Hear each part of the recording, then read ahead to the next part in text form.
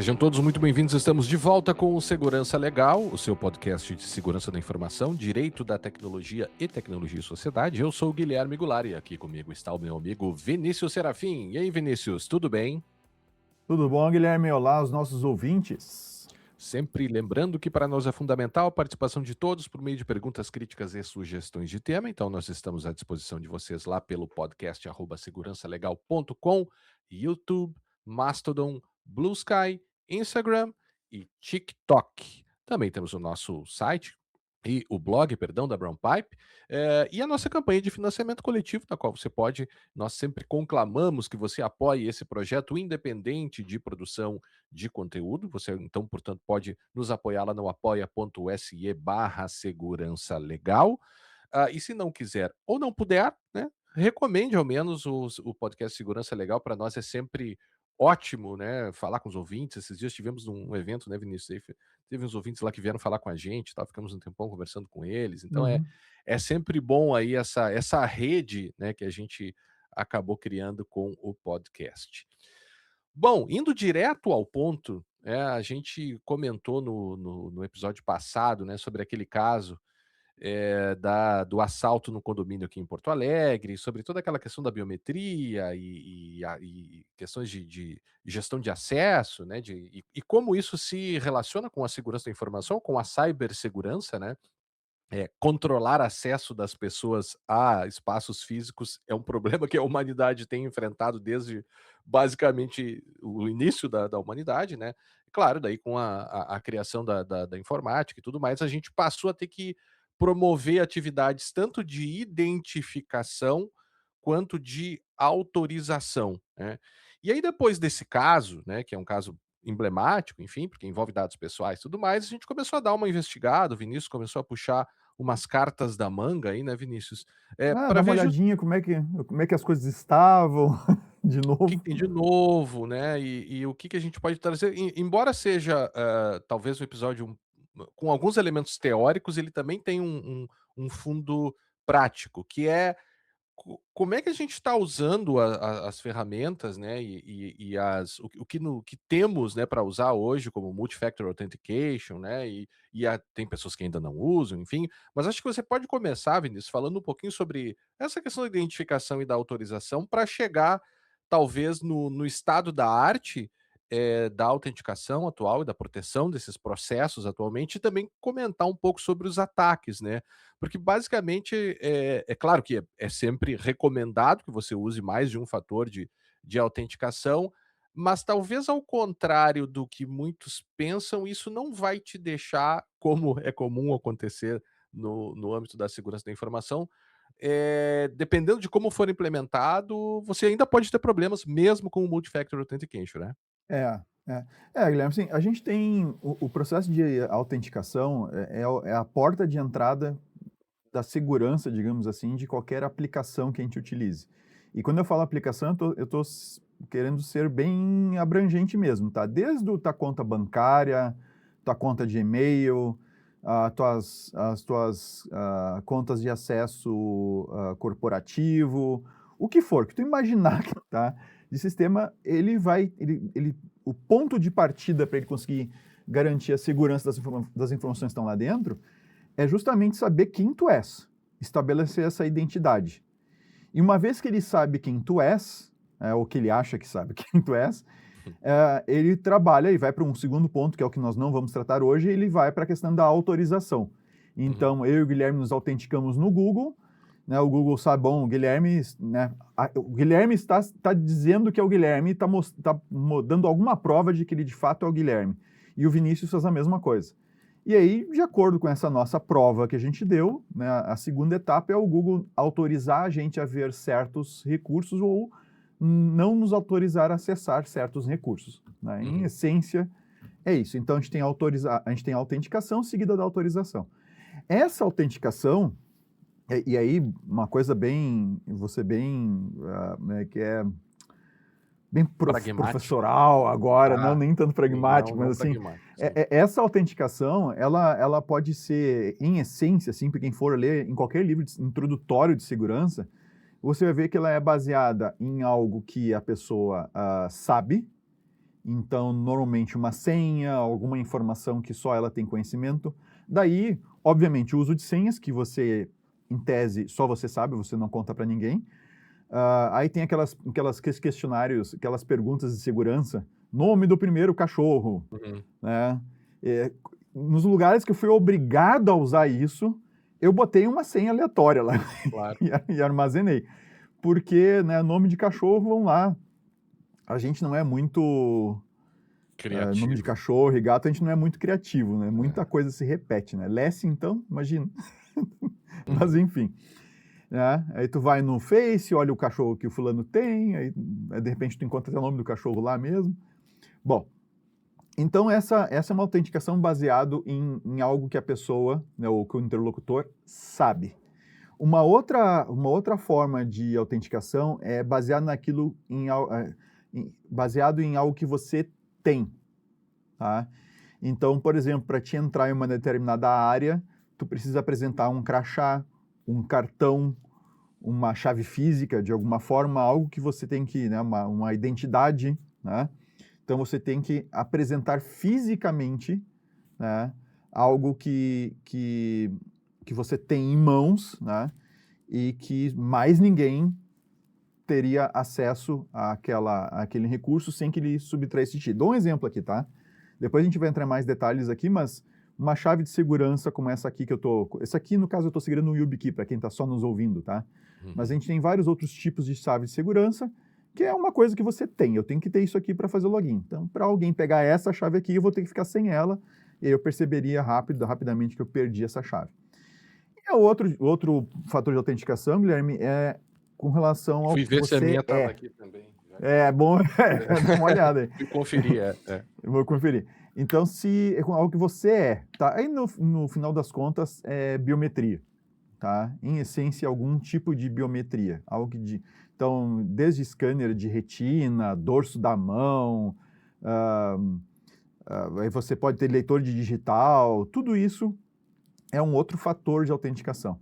Então, quando a gente fala em segundo fator de autenticação, a gente não está dizendo necessariamente um fator específico, um tipo de fator específico de autenticação, mas um fator adicional de autenticação além daquele que tu normalmente tem e que frequentemente é usuário e senha. Tá? Eu digo frequentemente porque você pode ter um login, por exemplo, baseado só no recebimento de um código por e-mail, um código Uhum. único por e-mail. Aí, se você usar só isso, você tem um fator de autenticação. Aí, um segundo fator de autenticação pode ser uma senha, mas normalmente é um gerador de código que a gente utiliza, código que a gente usa de uma vez só, então baseado em tempo. Então, aquele códigozinho que fica No mudando, quem OTPs, né. usa o Google Authenticator, Microsoft Authenticator, etc. Então, quando a gente fala em segundo fator de autenticação, a gente está falando não de um fator específico, mas de um fator de autenticação adicional a um que já existe. Ok? Então, isso Certo. é, isso é o É, basicão da autenticação. Tá? só que, assim como, né, as medidas de segurança, e de proteção no âmbito da autenticação foram evoluindo ao longo do tempo, e a gente sabe que esse jogo de gato e rato na segurança da informação sempre acontece, os atacantes também começaram a evoluir, né, ou seja, é claro que ainda se recomenda que você tenha, né, e utilize mais de um fator de autenticação, mas coisas interessantes começaram a acontecer, como acontece com a criatividade sempre do atacante, né, a gente teve um caso recente aí Uhum. do Uber inclusive, né, Vinícius?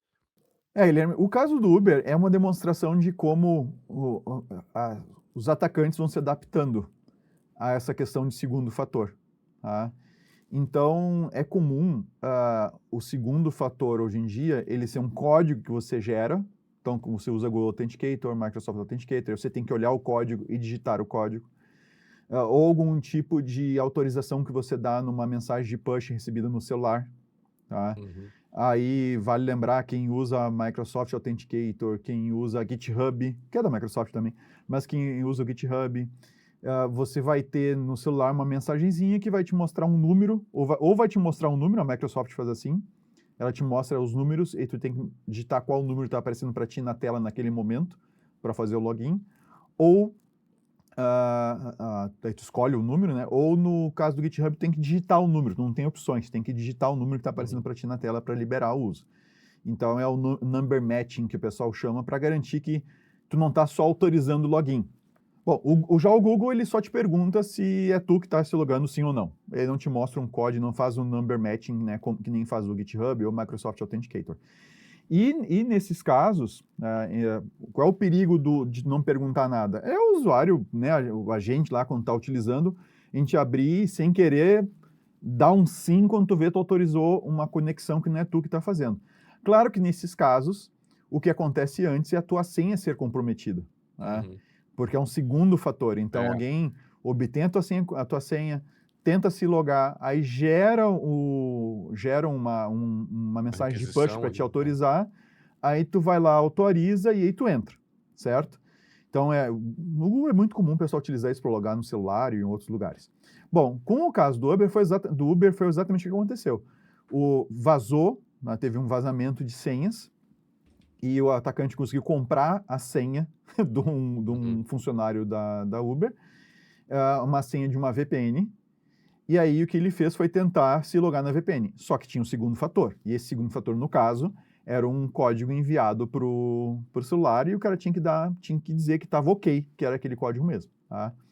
Então, que esse guri começou a fazer? Ele começou a spamar o funcionário da Uber com mensagens, começou a tentar fazer várias conexões e ficou disparando um monte de mensagem solicitando aprovação, um monte de push no celular. E você sabe como é que é, notificação no celular, né? Uhum. Fica aquele dando um monte de mensagem. E isso passou por um dia para o outro, ele fez durante a noite, fez de madrugada. E aí depois ele entrou em contato com o funcionário, se passando pela TI da Uber, tá? Uhum. E dizendo que aquilo era um problema que estava acontecendo, ele que tinha que aceitar só uma vez para parar, que o negócio iria parar, Aham. tá? E aí o funcionário da Uber aceitou, ele teve acesso, ele conseguiu conectar na VPN, e aí o resumo da conversa foi que ele acessou um script que tinha umas senhas de acesso lá da infraestrutura da Uber, e Ah, ele conseguiu listar um monte de coisa. Ele não tinha interesse financeiro, ele só fez uma postagem dizendo eu sou um hacker e aqui está o que eu consegui acessar a Uber e começou a botar um monte de prova lá de tela que ele tinha acessado. E aí entra coisas como infraestrutura de cloud na AWS, GCP e outras coisas mais que eles usavam. Tá? Então, ah, em essência, foi isso que ele fez. Note que o segundo fator de autenticação funcionou, uhum. tá? Mas o que falhou violentamente nesse caso aí foi justamente uma questão de cultura de segurança, porque se tu vê isso acontecendo numa VPN, o funcionário da Uber deveria ter entrado em contato com a TI dizendo, olha, está acontecendo tal coisa, Uhum. né? E não simplesmente ignorar até que alguém entrasse em contato com ele dizendo que era da Uber, né, para daí fazer tomar alguma ação, entende? Ele deixou o caminho aberto para o atacante. Se ele tivesse entrado em contato com a TI, a TI diria para ele, olha, tem um monte de tentativa de conexão aqui. E a TI também falhou ao monitorar, né? Porque se Sim. tem alguém insistentemente tentando entrar, né, dando falha de autenticação né, por falta do segundo fator, mas está conseguindo entrar com a senha, ou seja, Com a passou da senha, primeira é. barreira, né, é sinal do que tu tem uma senha, tu tem uma credencial comprometida. Não, Tá? e muitos sistemas efetivamente claro que daí tu habilita um outro risco de uma pessoa bloquear a tua conta, né, Sim, né, é. por querer, enfim, né, voluntariamente, mas ainda assim tu tem muitos sistemas que lidam com isso, né. E um número É. interessante, Vinícius, é que até uns relatório anual da CrowdStrike, 82%, isso com números de 2025, das detecções de ataque não envolveram nenhum malware. Basicamente, inclusive nesses casos o MFA, não em todos, né, mas em muitos aqui, estava ativo e funcionou. E aí vem aquela ideia do adversary in the middle, né, que também Uhum. nesses relatórios, indicam que cresceu 146% no último ano, com 40.000 incidentes por dia, e o que mais chama atenção, inclusive com sistemas sendo vendidos, né, para né, seria o malware, não é bem o malware, né, mas um malware as a service, dá para se dizer, mas no sentido de que o sujeito, né, os criminosos poderiam comprar soluções para permitir que eles atacassem outras pessoas. Como é que isso funciona? É, Guilherme, ah, a estratégia com malware é a velha estratégia conhecida de tu mandar um executável, o cara instalar o executável na máquina e tu extrair informações dali, copiar o que o cara digita no teclado, coisas assim, coisas desse gênero, né?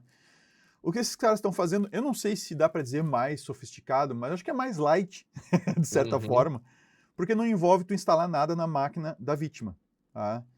Envolve é uma sequência de passos, né? Ela inicia em tu conseguindo enganar a vítima para acessar um site diferente do site oficial. Então, por exemplo, em vez de você acessar microsoft.com, você acessa login-microsoft.com. Então, o Guilherme vai lá e registra o login-microsoft.com na internet, porque não existe. Microsoft com o 1, Nem precisa, nem precisa. Assim, ó, nem precisa. Não tudo mais. precisa, não precisa nem ser o Microsoft. Tu pode. O pessoal cria nomes, tá? Tu cria domínios com. O atacante cria domínios como SharePoint, Files, não sei o quê, Uhum, traço Microsoft.com, coisa parecida, que não é um domínio ponto .microsoft.com, se seria um domínio dentro do domínio uhum, oficial da Microsoft. Então o atacante faz isso, ele configura um servidor, ele registra, ele gera um certificado digital para fechar o cadeadinho, sabe aquela história do fechou o uhum, cadeado, tá seguro, tá? Cai por terra isso, porque tu vai estar fechando uma conexão segura com um servidor controlado pelo atacante, e aí o atacante te manda um link dando para te clicar lá, foi compartilhado um arquivo com você, né, com toda a carinha do arquivo compartilhado da Microsoft, uma mensagem da Microsoft padrão. Aí tu engana o usuário para que ele clique nesse link, ele vai passar pelo teu servidor, e o teu servidor, que daí vem a ideia de adversary in the middle e não man the middle, uma uhum, distinção que o pessoal tem feito, que o man the middle normalmente é alguém sniffando a rede, fazendo captura de tráfego na rede. uhum, Tá? E o adversary in the middle, o pessoal tem utilizado para esse adversário que se coloca no meio do caminho, mas porque ele conseguiu te enganar para te acessar o servidor dele.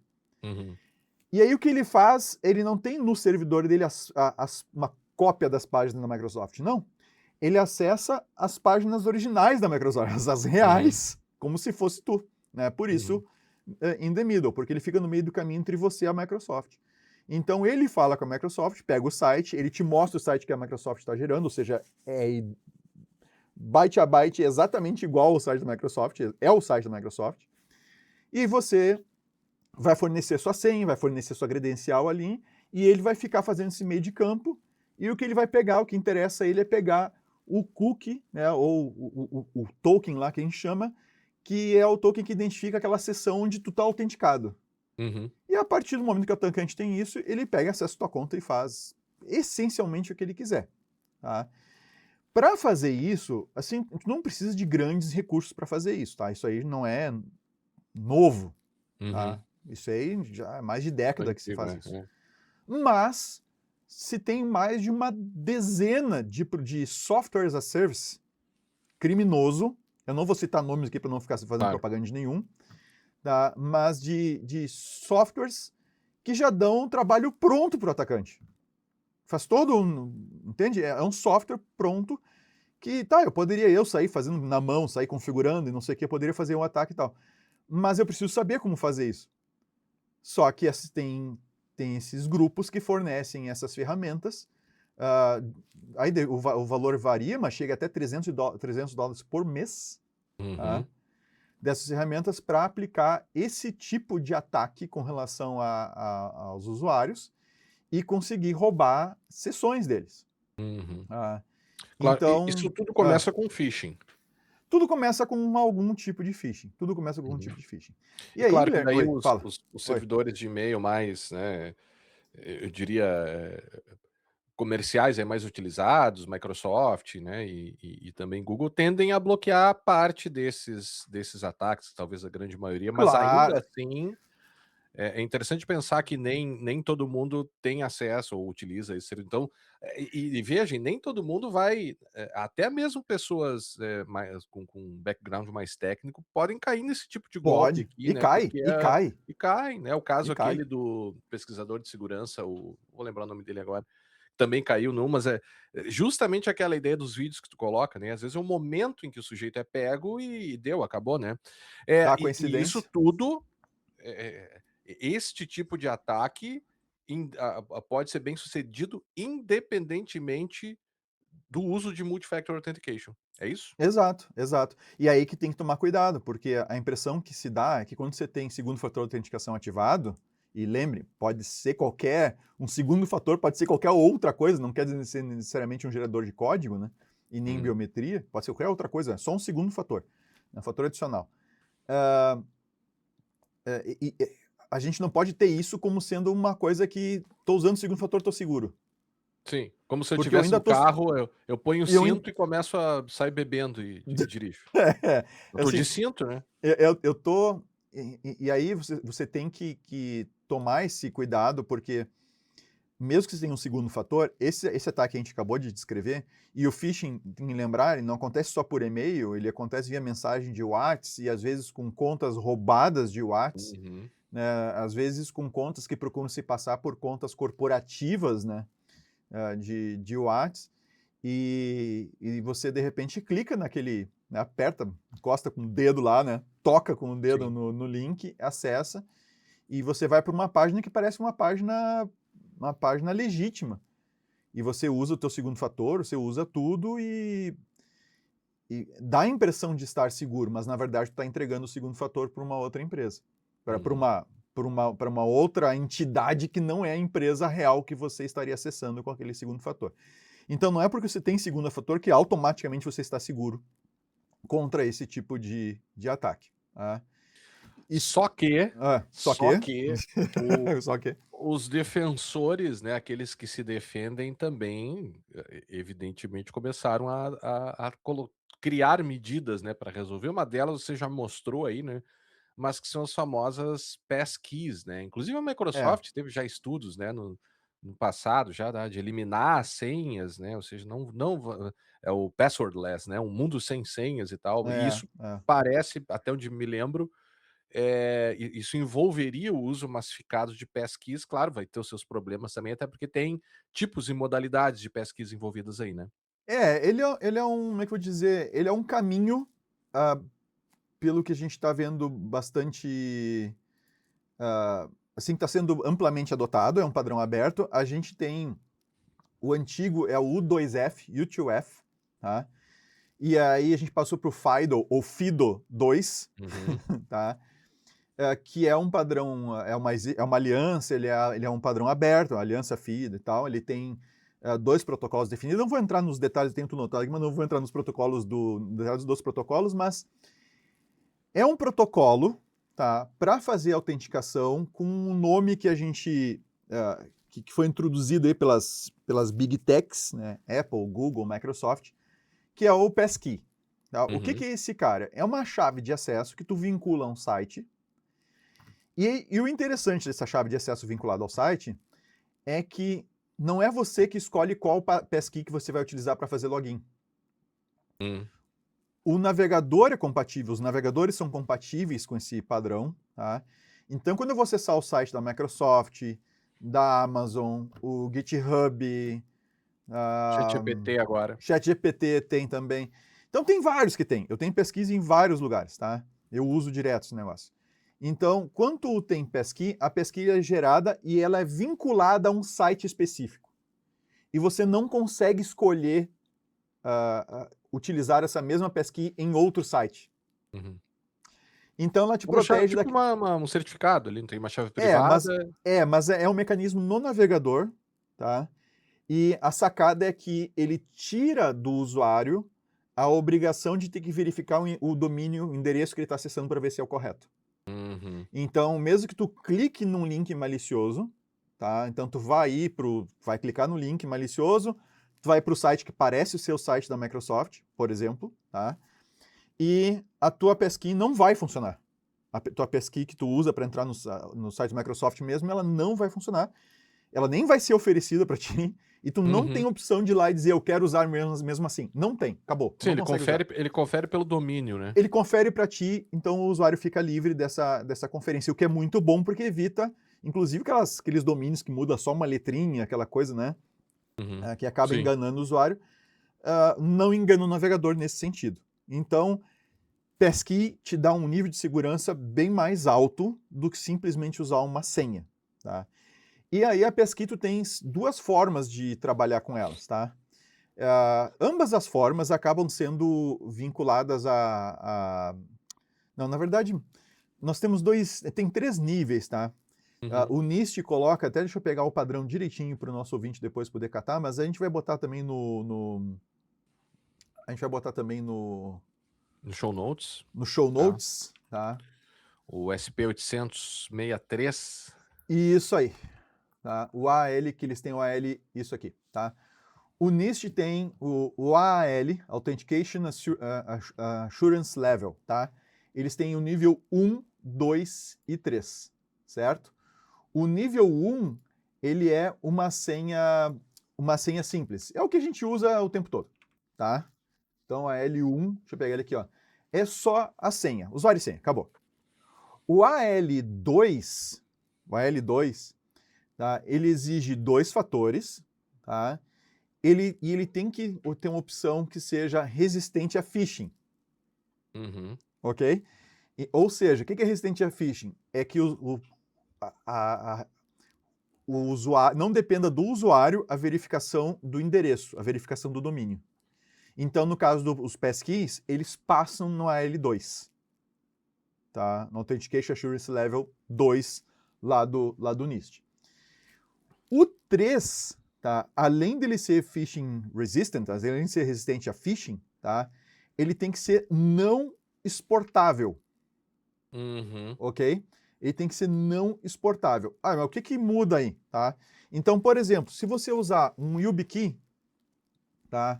Compatível com o FIDO2, você pode botar o passkey aqui dentro. Você pode usar ele como passkey, tá? Uhum. E esse cara aqui, ele é não exportável. Eu posso até pegar 2 desses caras aqui, para ter um como backup, que aliás é uma boa recomendação, tá? Uhum. Eu posso pegar 2 deles e registrar na mesma conta. Mas cada um deles é uma passkey diferente. Tá? Esse cara é compatível com o FIDO2. Então, este cara aqui, ele atende o Assurance Level, Authentication Assurance Level 3 do NIST. O 2, tá, você pode utilizar Bitwarden, OnePassword e outros, né, cofres de senhas que eles geram passkeys para ti. Mas todos eles têm sync, todos eles têm sincronismo. Uhum. Ou seja, tu Então pode exportar ele tem, e tem exportação ou também, roubar, mas ou para roubar. uso, É. eu posso ter no meu computador o OnePassword e tá sincronizado com o meu celular o OnePassword. E aí eu vou ter o passkey tanto no celular quanto no computador.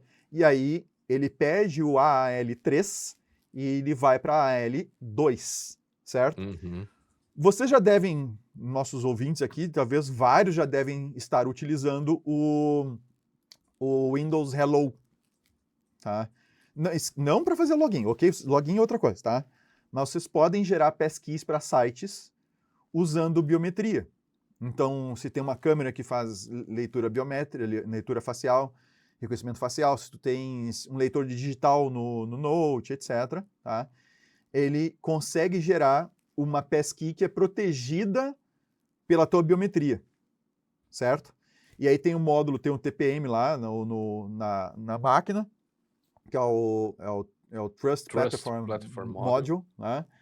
Que é Module. um módulo que vocês são obrigados, inclusive, ter para poder instalar o Windows 11. Tem umas voltas para fazer para não ter que instalar, mas, Sim. né? Mas tem lá. Mas ele, em tese, exige, o Windows 10 é opcional. Então, você para instalar sim, mas depois de instalado você pode desabilitar. Não, e dá para... Não precisa nem para instalar. Tem voltas Tem para te uma poder instalar volta. o Windows Aham. 11 em máquinas que não tem o TPM. Mas enfim, o TPM ele acaba servindo como um YubiKey dentro da tua máquina, digamos assim, tá? Então, nesse caso, sem sincronismo, tá? Ah, o Windows usando esse mecanismo, ele tem o AAL3, tá? Do NIST, tá? O Mas ele usa o Authentication. TPM. Usa o TPM, ele usa o Uhum. TPM para a Mas chave. isso você tá falando aí o site tem que suportar o Passkey, né? Passkey, o Não site é tem o que Windows suportar que o vai Passkey. fazer isso para sites que não suportam Não, Passkey. não, não, não, não, o O site acho tem que que a suportar. AliExpress agora tá Hum, suportando, Mercado cara, aos Livre. poucos, o que tu vai É, perceber é que tu tendo um mecanismo de Passkey, o próprio Windows te oferece para te criar, aham. tá? E se tu usa um OnePassword, Bitwarden, etc., eles também te oferecem. Eles detectam que o site permite, tá? E aí ele te oferece a opção de Passkey, O WhatsApp certo? também tem oferecido. Então assim, é bastante interessante mas eu não posso ter um Yubi. O YubiKey no Brasil tá meio caro essa porcaria, tá? Deixa eu ver quanto é que tá agora aqui. Aumentou bastante o preço nos últimos tempos aí. Então, mas tem outras opções no mercado e se puder trazer, né, trazer de fora numa compra confiável, faça, né? É extremamente útil e funciona inclusive esse modelinho que tem NFC também, você pode É, usar no via celular, né? NFC com o celular, tá? É. E aí tem vários tipos. Tem um tipo que é USB-C, que você pode conectar direto ele fisicamente sem usar NFC, e aí por aí vai, tá? Cara, 237, na Amazon. Não, tem que cuidar Claro, o também tem modelo. Não, não, tem que cuidar o modelo. Tem que cuidar o não, mas modelo. é o com É? NFC, USB-A, certificado FIDO U2F, FIDO 2. Opa, Eu então acho caiu o inclusive que é preço, esse cara. aí, é. Mas Tava esses tempos eu olhei, compra tava mais de internacional. 700, cara. Ah, compra internacional. Tá, ok. Mas Mas vai daí ter os tu. tributos. É. Não, e Mas aí distribui. tem um negócio que a gente nem vai abordar aqui, mas você ainda tem possíveis ataques de interceptação desse cara para botar coisas ali dentro, né. Mas assim, ó, Imaginando mas um assim. atacante muito motivado por um alvo muito deve Nós, ter né, o a gente tá cuidado falando de também, quase, né. a gente tá falando de estado praticamente como É, adversário, tá? É uma coisa é. assim, é uma coisa, tem alguns ataques e tal, mas que já foram mitigados, e as versões anteriores não, esse tipo de coisa, sabe? Então, tem que tomar um pouco de cuidado. Tá na faixa, aqui no Brasil tá na faixa de 739, Uhum. 664. Aí tem um outro, aí esse 237 é o com compra internacional, Isso, tá? você vem imposto, né. É, Deixa eu te pra gente ir encaminhando, Vinícius, para o fim, enquanto você falava, eu me lembrei de um negócio que não estava na pauta aqui, né, vou jogar essa batata quente para ti. Eh, Porque eu acho que é um desafio como popularizar isso, né. Porque é não tem problema. uma ferramenta, tem uma solução inteligente, elegante, aquela coisa toda, mas assim, por que que não, eu não falo nem do YubiKey, que tem um custo associado e provavelmente você vai, né, seria algo recomendado para infraestruturas ou para serviços, ou se você puder, compra, né, é um valor bem investido, né. Eu te diria que para uso, assim, em termos corporativos, tem que usar, É, tá? Tem que usar, porque senão você vai correr o risco eventualmente de alguém acessar a tua conta é. na AWS. E acho Mas que é a por última que que coisa que quer que aconteça. esse é o ponto e talvez até alguns que nos escutem que dizem: "Ah, mas eu não sabia e tal".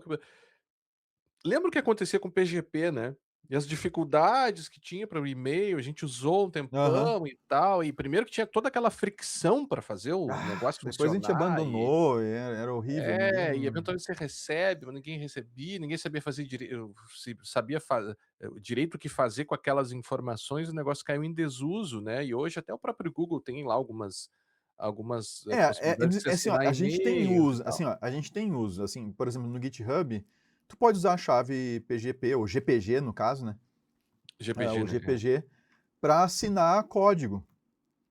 Então, entende, assim, tu tem um uso, tu tem usos, eu diria até bastante frequentes, mas mais, assim, desenvolvimento, que em Sim, área de cenários, segurança né. mesmo, etc. Tu poderia até usar para assinar e-mail, tem recurso para isso, mas Extensões para isso, né. não é algo que tu consegue utilizar, assim, com um cliente, entende? Porque sem ter uma fricção, um atrito gigante para conseguir É. mostrar como é que usa, fazer ele gerar uma, assim, é praticamente inviável, sabe? A não ser em casos muito específicos. É. E aí acaba ficando aquela ideia da complexidade, né, de como a segurança às vezes envolve uma co tá, mas aí essa é a batata quente, né, o que que se faz para popularizar isso, né? Por exemplo, o WhatsApp tem. É, é. Só uma correção, tá, Guilherme? Não tem os Hum. impostos, tá? Os impostos aqui, se tu comprar esse de 237 e que Sem serve, tá? impostos. É. ele tem que não, os impostos estão incluídos, os Ah, estão tributos de incluídos já? importação estão incluídos, você não Ah, terá custos extras. tá, então Então sim, 237. tu pode comprar 237. por 237, tá, um Yubico, um YubiKey, tá, É. que tem suporte a FIDO2, a certificado FIDO2, Uhum. tá. Então, não tem muita desculpa, sabe. É, ele Em aceita o ter MPGP também, estava vendo aqui.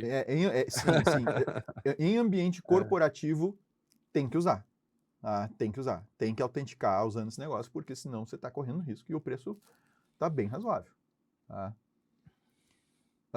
Bem razoável, deveria ser bem mais barato, É, mas enfim, né, deveria ser bem mais barato, mas tudo bem, né, a gente sofre com essas entende, coisas, é. né.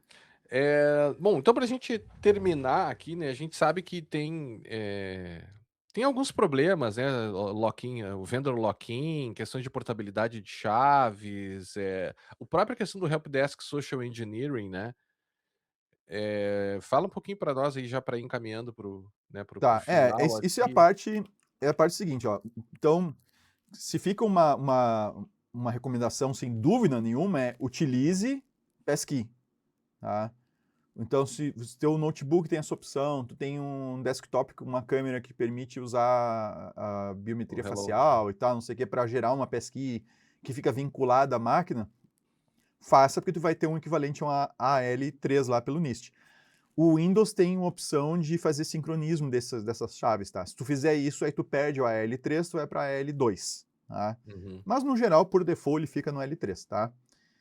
Ah, isso não quer dizer que que o Passkey resolve todos os problemas, tá? Ele não resolve todos os problemas.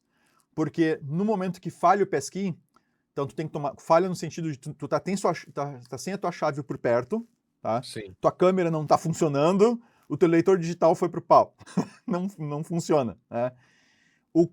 Quais são os métodos que normalmente ele vai tentar utilizar? O meu fallback é para usuário e senha. Usuário e senha e um gerador de código. E É. aí, de novo, você está sujeito a ataques de phishing. O Então, Google faz isso, né. Se você tentar logar sem o YubiKey, ele vai pedir para que tu confirme o login no celular ou num outro é num dispositivo que outro esteja dispositivo. logado com a mesma É. conta, né. E aí tu tá sujeito a um ataque de phishing que o cara te leva para um site, o passkey não funciona, né? Aí ele tenta te levar para uma autenticação sem uso do passkey. E aí, de novo, então existe aí ainda um caminho viável para um ataque, tá? Esse é um ponto. Uhum. Então, cuidado, não é porque você está usando passkey que não pode ainda cair em algum tipo de ataque. E a outra questão é o helpdesk, né? Então, em soluções que eventualmente tu pode entrar em contato com o helpdesk de quem fornece a solução para fazer reset de senha, reset de credenciais, tá? E aí tu deu aquele exemplo, né, Guilherme, num outro episódio lá, que até tu comentou, do condomínio lá, que a pessoa entrou em É. contato com o fornecedor da solução, conseguiu enganar eles por telefone, resetou lá, habilitou o celular dela como sendo o novo celular para entrar no condomínio, fez o cadastro biométrico por ali e passou a acessar o condomínio e conseguiu realizar alguns furtos, né, ou assaltos, eu não sei qual foi o caso. Então, tu tens, ah, percebes que tu tens essas vulnerabilidades, né, ainda, por mais que tu use um passkey. Mas, sem dúvida nenhuma, o passkey é uma solução bem mais interessante do que simplesmente usar um segundo fator de autenticação, por ser resistente a phishing. Lembrando que aí é uma postura de segurança tua, né, que tu tens que ter, que é, ok, estou usando Passkey, eu vou entrar no site e o site está recusando a minha entrada com Passkey, é bom eu dar uma olhadinha no porquê que isso está acontecendo, ver se eu estou no site certo, ver se eu estou entrando num navegador confiável, se eu estou né, no meu equipamento normal aqui, se não tem nada estranho acontecendo, porque senão você vai acabar abrindo mão do Passkey para entrar com usuário e senha. E aí você pode, eventualmente, ser atacado, Uhum. mesmo que você tenha segundo fator de autenticação ativado. Sabe que, teve recentemente aí descobriram, até já faz não é tão recente assim, mas que é o Ghost Tap, né. Os caras estão fazendo relay de NFC. Uhum. Então instala um malware no Sim. telefone da pessoa, e É, aí isso também não é captura o novo, né, token bem de é. NFC, né, e aí pra questão de fraude com cartão e tal.